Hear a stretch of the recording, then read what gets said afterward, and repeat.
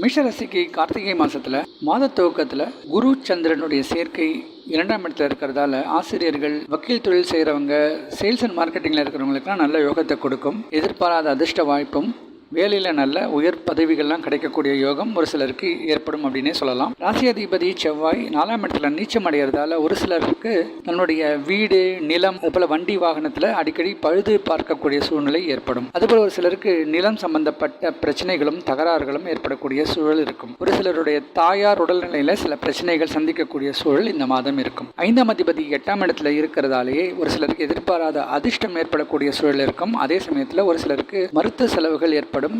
ஹாஸ்பிட்டலில் போய் அட்மிட் பண்ணக்கூடிய சூழலாம் கூட சில பேருக்கு ஏற்படும். வயதானவர்கள் இந்த ராசியில் இருக்கிறவங்க கொஞ்சம் ஜாக்கிரதையாக இருக்கிறது நல்லது. வேலை இல்லாதவர்களுக்கு புதிய வேலை வாய்ப்பும், வேலையிலையும் ஒரு சிலருக்கு வெளிநாடு பிரயாணம்லாம் ஏற்படக்கூடிய சூழல் இருக்கும். சுக்கிரனுடைய அமைப்பால் எதிர்பாராத அதிர்ஷ்டமும், பங்கு சந்தையில் லாபமும், முயற்சிக்கு நல்ல வெற்றியும் கிடைக்கும்.